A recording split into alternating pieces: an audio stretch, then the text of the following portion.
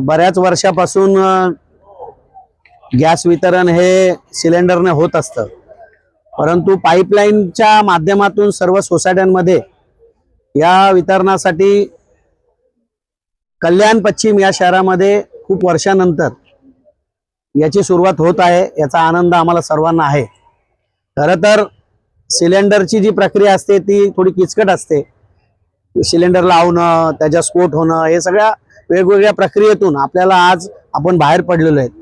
पाईपलाईनद्वारे अशा प्रकारचा धोका होत नाही खास करून, आणि लिकेज जरी झालं तर ते ऑटोमॅटिक त्याचं बंद होत असतं। या सगळ्या माध्यमातून कस्तुरी लॉन्स असेल, सुप्रिया सोसायटी असेल, वाधवा सोसायटी असेल, या सगळ्या सोसायटीमध्ये आज पहिल्या टप्प्यातलं या ठिकाणी गॅसचं वितरण सुरू होत आहे। आणि याचा आनंद सर्व सोसायटी बरोबर आम्ही सर्वच पदाधिकारी शिवसेना भाजप युतीचे यांना सुद्धा झालेला आहे।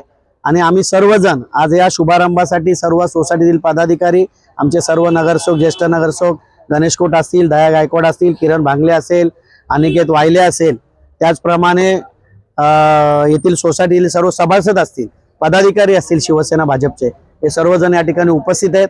आणि आजपासून या वितरण याचं सुरू होणार आहे। नाही 100% नाही भासणार, कारण की शेवटी पाईपलाईनद्वारे जो पुरवठा आहे तो आपल्याला जो आवश्यक असतो। कारण कसं असतं, बाटलामध्ये सिलेंडर हे तुम्हाला राखीव ठेवावं लागतं, पण पाईपलाईनमध्ये जेवढं आवश्यक आहे तेवढाच पुरवठा केला जातो। त्यामुळे ते टप्प्याटप्प्याने पुरवठा रोजच्या रोज जेवढा आवश्यक तेवढा होतो। हा महिन्याभराचा पुरवठा एक साथ असतो आपला, तर तो डंप करणं आणि एका दिवसाला जेवढी आवश्यकता आहे तेवढं देणं, त्याच्यामुळे तो कोटा आपल्याकडे अवेलेबल आहे, म्हणून पाईपलाईनद्वारे तो जास्त सोयीचा असतो।